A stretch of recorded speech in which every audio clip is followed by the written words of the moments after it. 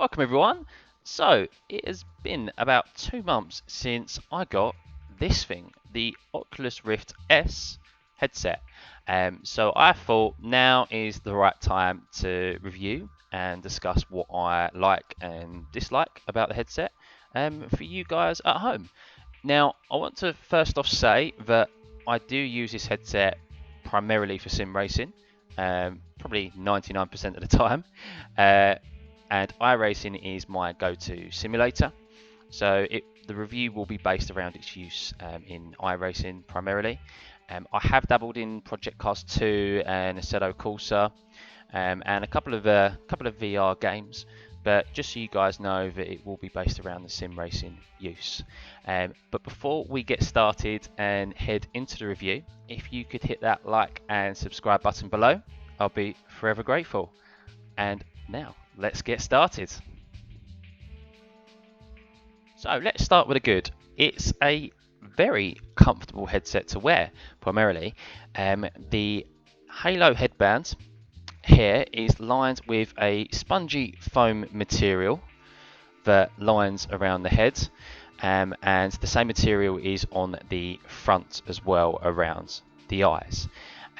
Considering I use this headset pretty much every day, I'm yet to see anywhere within the material.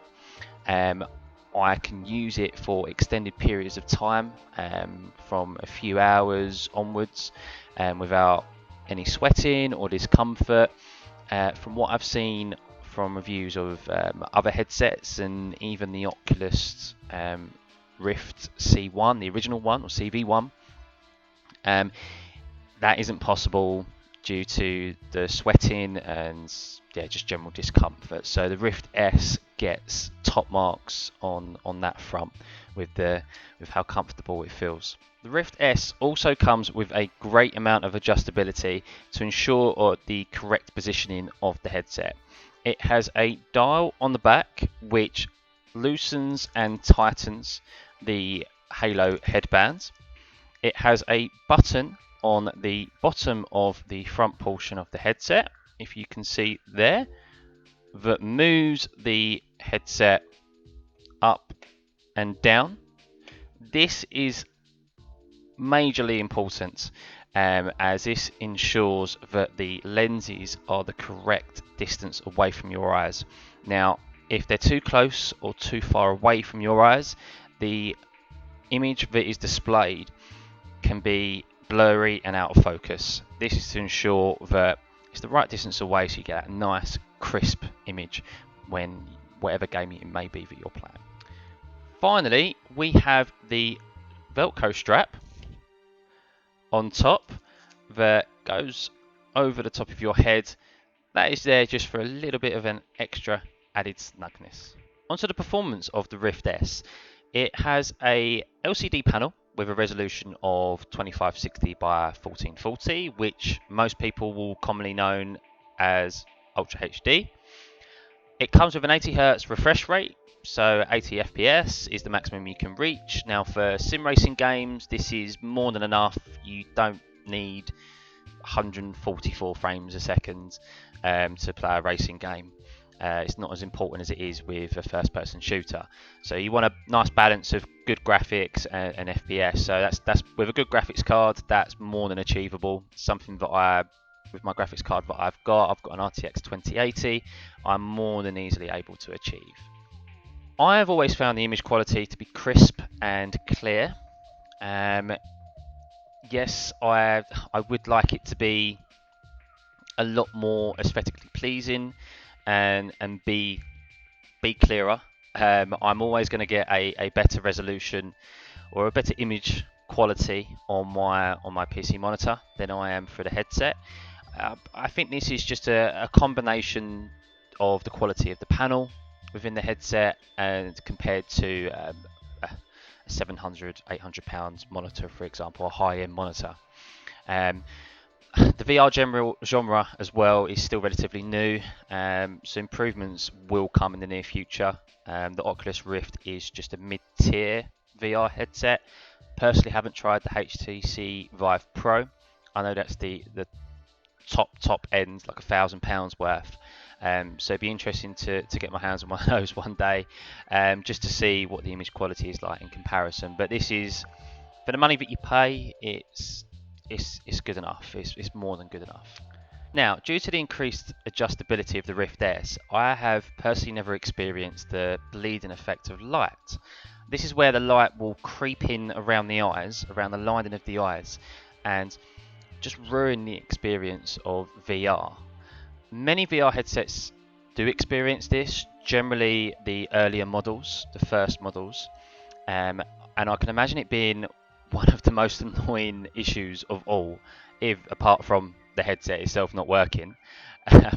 But due to the fact it will take away that feeling and that experience of being transported into another world. When I put that headset on, I feel like I'm in that car. I feel like I'm in that world or in that game. Like I can physically reach out and touch things. Obviously, unfortunately, I can't.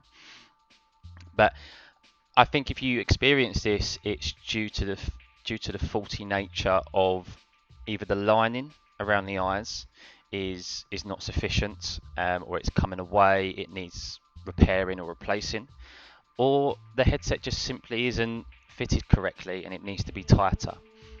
Ultimately, if it's too loose, that's when light is going to be creeping in, and you're going to be able to see see things outside of the headset that you shouldn't be able to see at all. Adding to that, I've never experienced as well what people in the VR world know as the screen door effect. Now, for people who aren't in the VR world and don't know what it is, it's as if you're looking through the world through a black mesh. There are just crisscrossy lines all over the image. It's a horrible experience. I've only ever had this once, well, once or twice in one particular game, Assetto Corsa Competizione. It is very, very poorly optimized for VR. Um, I've never experienced it in iRacing or Project Cars 2 or other VR games that I've played, because they're optimized and they're designed for VR. Oculus always said that the screen door effect was going to be very, very limited, and they've continually worked on that. And even though it's my first headset, the fact that I've only experienced it on one poorly optimized game, I think says a lot. In addition to that, as well, from older VR headsets, there was the issue of pixelation. So the pixels, you could you could see individual pixels. And don't get me wrong, yes, if I focus on a particular area in the image, I can, and really focus hard, I can see the individual pixels. But you can kind of do that on a lot of monitors or TVs too, if you get up close enough. Um, as an experience as a whole, it doesn't, it doesn't tarnish that experience. I'm looking at the image as a whole. I'm specifically when I'm driving, I'm looking straight ahead. I'm looking further out. I'm not looking near me and looking for a pixel, and it doesn't ruin that experience or that immersion one little bit. The Rift S has a field of view of 115 degrees, which is 5 more than its predecessor, the CV1. Now, this isn't still up to the field of view that a human is capable of. We humans have just over 210 degree field of view. So in relation to that, this headset is some way off. So of course, some increased movement of my head is still required. For example, when I'm looking in my mirrors, left or right when driving, or looking for cars that are coming up alongside me, I do have to make a more conscious effort to move my head. Now, this isn't the end of the world, but of course, if I was driving in real life, I wouldn't need to do this, as I could see these things coming up alongside me in my peripheral vision. In an ideal world, a VR headset will have a field of view that a human is capable of, but yet again, the technology is still in its infancy. So hopefully one day this will become a reality. No pun intended. Now, when I am sim racing, I will use my headphones. particularly when I am recording, when I want that extra added level of immersion. They sit very comfortably over the Rift S, don't cause me any discomfort, and the Rift S still sits firmly in place. But every now and then I will use the speakers that are within the Rift S. They are within the Halo headband here and here, and I must say I'm quite impressed by them. When I first put the headset on, I didn't expect it to come with speakers because I'd always seen images of the headphones, particularly with the Vive Pro and the previous Oculus Rift, the CV1.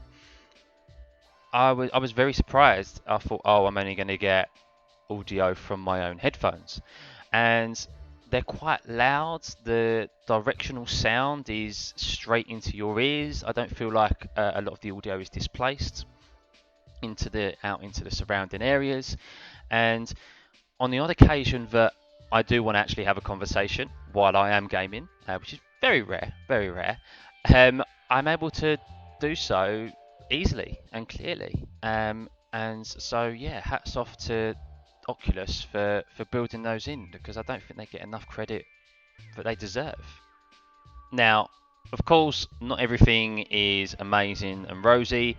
There are a couple of little issues that I have. More inconveniences than faults with the headset. The first is the connectivity issues. I always have to reconnect the USB, so I will never turn the PC on and have the Oculus Rift workable. It won't connect straight away. It will need to be disconnected and reconnected again, and that's more inconvenience than anything. But it would, I don't think it's a lot to ask for that when you turn the PC on and it's already plugged in that it should be connected. I don't think that's a lot to ask for at all. I've had it happen once or twice as well, where I have been within a race or starting a race, and I've lost connection. The screen's gone blank, and even the disconnecting and reconnecting of the USB hasn't sorted the issue. The PC needs a whole reboot or a whole restart for the Rift S to connect again. So that's happened a few times, and that it's inconvenient and it is really annoying. Another one is the steaming up of the lenses. Now, some people may go, "Oh my god, I can't believe he's moaning about this."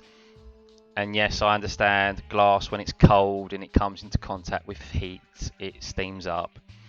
But like I said, it's more of an inconvenience than it is an actual issue, because you put the headset on and it steams up, and it requires you to take it off and wipe it down, wipe the lenses off with a cloth. And it doesn't take long for the lenses to kind of come up to temperature, and they no longer steam up. But it is a little bit annoying. It is an issue. I'm sure I don't know. I'm sure someone will let me know in the comments. But there's glass out there that doesn't steam up, or there's lenses out there, or there's other VR headsets out there where this issue doesn't arise. But yeah, just another little tidbit that annoys me. Now, this next one is a bit more of a bigger one. I personally think this is a design flaw. Now, isn't with the headset, it's with the controllers. It's with these things. Nice and comfortable. I like how they're designed as a whole. But what they've failed to include is an on-off switch. How they haven't done this, I don't know. But they are battery powered. Yes, you can, of course, recharge batteries, but there's no way to turn them on and off. So for the controller to be turned off, you physically have to take the battery out. And I just think, how stupid is that? You just go through so many batteries. It's easy to forget that they're still on. and I just don't get it. And to top it off as well, I've hardly used these for anything else. Well, I've hardly used the headset for anything else other than sim racing. If I do, I play a bit of Beat Saber.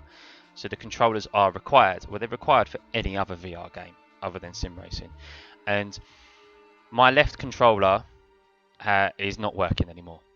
That's not through wear and tear because I've only used them probably about 5 or 6 times, and it won't receive any power from any battery. I've used so many different brands, so it's not a fault with the batteries that I've been using. I've gone through the official channels, I've contacted Oculus, I've filled out a support ticket, my case has got a code, and I haven't received anything or any response in over a week.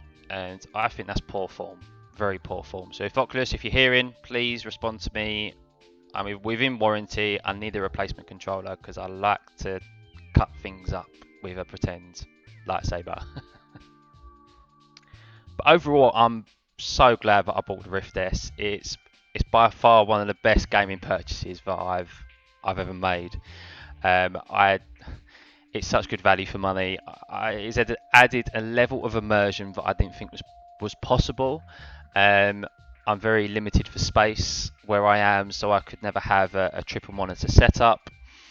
But I don't think even if I did have space now, I would even want a triple monitor setup because I don't think you can beat actually being placed within the car where I feel like I can actually reach out and touch the buttons and that I'm there. Um, One little piece of advice I would give to anyone who buys a VR headset: stick with it. In particular with sim racing, stick with it because you will experience some form of motion sickness that first few days, or maybe even that first week, because your brain can't quite put two together of how you're moving, but your body isn't. Um, Especially when you're reversing, just don't do it. Don't reverse for the first week. Just exit the car. But persevere with it because you've got to train your brain, and you do become accustomed to it quite quickly. Yeah, and it's just it's amazing. I 100% would recommend this headset to anyone. Well, guys, I hope you enjoyed this review. Remember, these are my personal opinions from my personal experiences with the Rift S. I know there's more technical and more in-depth reviews out there, but I thought just from an average guy, an average sim racer, that people may want to know what my opinion is on it and my experiences. So if you agree, if you disagree, if you have any questions, please let me know in the comments below. I will try and help you out, or try and answer as best as I can. Remember to hit that like and subscribe button too, and I'll see you again next time. Bye!